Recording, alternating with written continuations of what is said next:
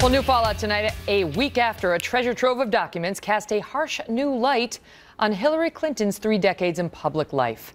The Washington Free Beacon, a conservative-leaning paper, says in the wake of the paper publishing what are now called the Hillary Papers, the Clinton Foundation is keeping a very tight leash on an extensive collection of papers from Bill Clinton's tenure as Arkansas governor. Joining me now, Ellison Barber, who's a writer for the Washington Free Beacon, and Lanny Davis, who's a former special counsel to President Bill Clinton and a friend of the Clintons. Hi, Megyn. Hi, good to see you both. All right, Ellison, let me start with you as a writer for the Washington Free Beacon and your thoughts on, just explain to us what's happening now with the supposed lockdown of the remaining papers.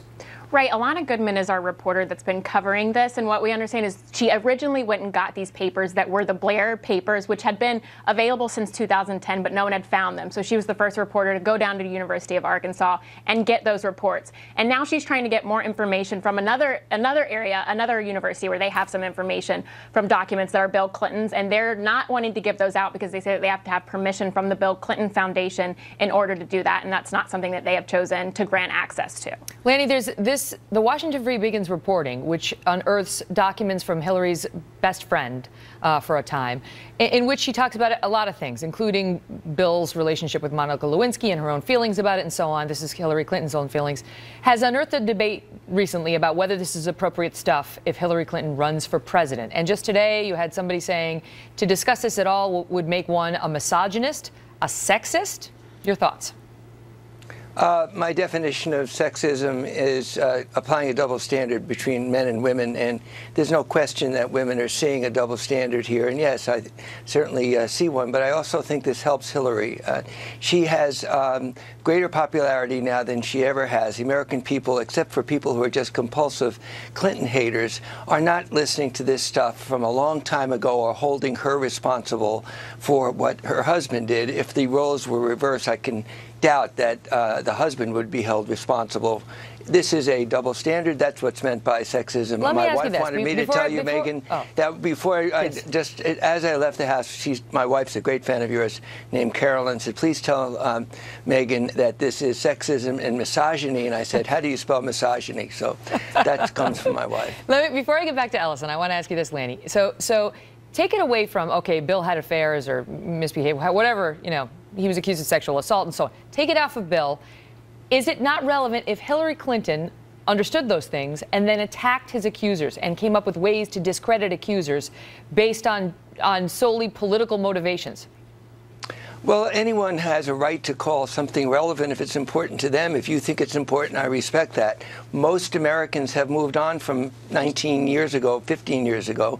Most Americans accepted President Clinton's apology. Most Americans saw Hillary Clinton get elected twice for the Senate. President Clinton left office with a 65% approval rating. So most Americans, if you ask them, would say, we're concerned about jobs, we're concerned about the future. Hillary Clinton is the most capable and I think most public-spirited person running for any office if she runs, and Ellison? That's what she'll be judged on. Go ahead.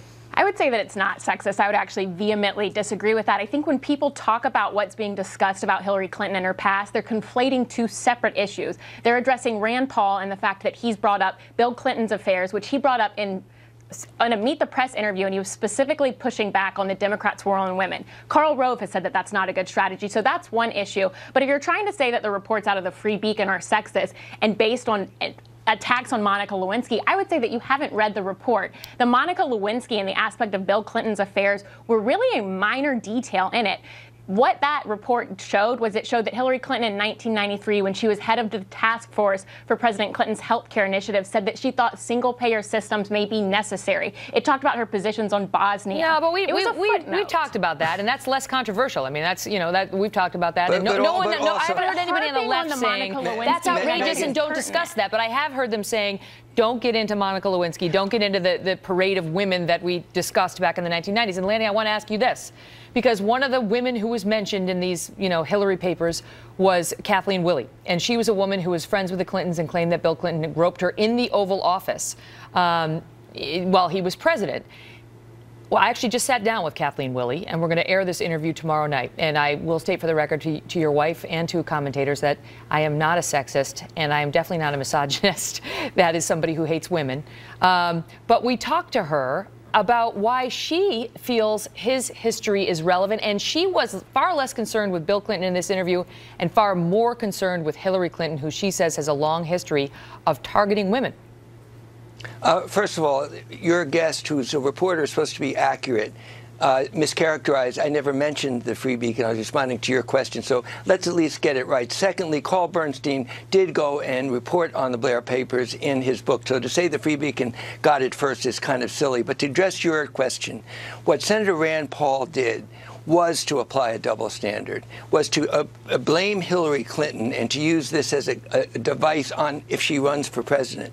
And that, to me, is a double standard. I agree that's more controversial. To try to say that the woman is somehow at fault for the husband's affairs is... That's the only issue for me. If you want to go back in time... If you take it beyond that, because now these Republicans seem to try to be getting into something more nuanced and saying it's not she's guilty because he fooled around. It's she's guilty because she went after the women, and also he would be our first man.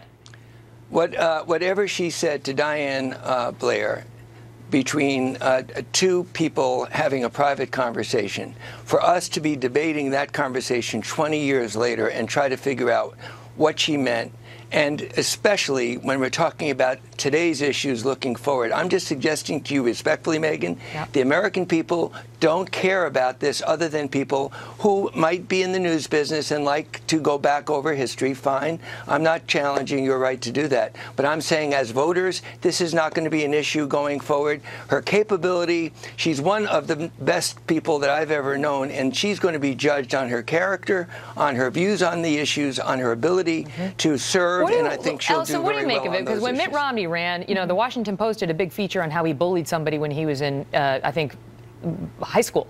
You know, certain publications on the left, media outlets and so on, had no trouble going into the long ago history of the presidential candidates. But when it comes to Mrs. Clinton, they seem to have a very different view about how far back we can go. Right, and when George Bush was running in 1999, the Washington Post had a huge article about his drinking habits when he was in college, which he was 14 years sober at the time. So I think, though, whenever you're a public figure, and when you've been a public figure for a long time, your past matters, and it's compounding over time, and I do think it goes to elements of character. For Hillary Clinton specifically, I don't think the issues of the women's issues is just contained to how she dealt with the women that Bill Clinton was said to be having affairs with, and Monica Lewinsky. I think it also goes to the situation you had with Senator Bob Packwood, where, according to Blair's papers, she called the women who had accused him of sexual assault whiny women because they were messing up the potential for her to pass through health care. That, to me, matters, because that's her personal opinion, where she essentially dismissed sexual assault because it didn't go with the political narrative that she was trying to pass through. And that matters for today, because that's an important opinion.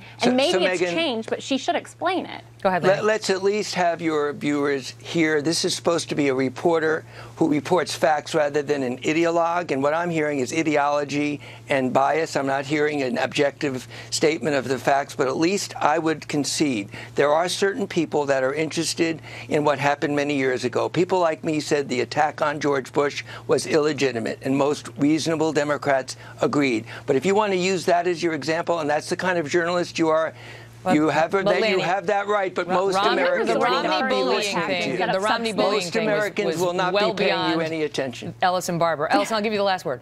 I mean, I would just disagree. I think you just see that what Lanny's doing is he's trying to make a personal attack instead of debating with me whether or not these women's issues still matter today. And as someone who's a young woman, I would say that I'm giving her the last word, Lanny. I'm not. I'm just trying to discuss what the Blair. I'm just trying to discuss what the Blair paper said and why I think they may still be relative, because they were in that information. It is public information that has been out since 2010. We were the first organization to get it, so I think it's important to analyze it and look at it in a context today, because no one else had done it since then. Jake Tapper mentioned it was reported. Barack Obama mentioned that it was something that existed in 2008, but they hadn't accessed it. You certainly set off a firestorm on both sides of the aisle. Listen, thank you both so much for being here. And my regards to your beautiful wife, Lanny. Thank you. Thank you.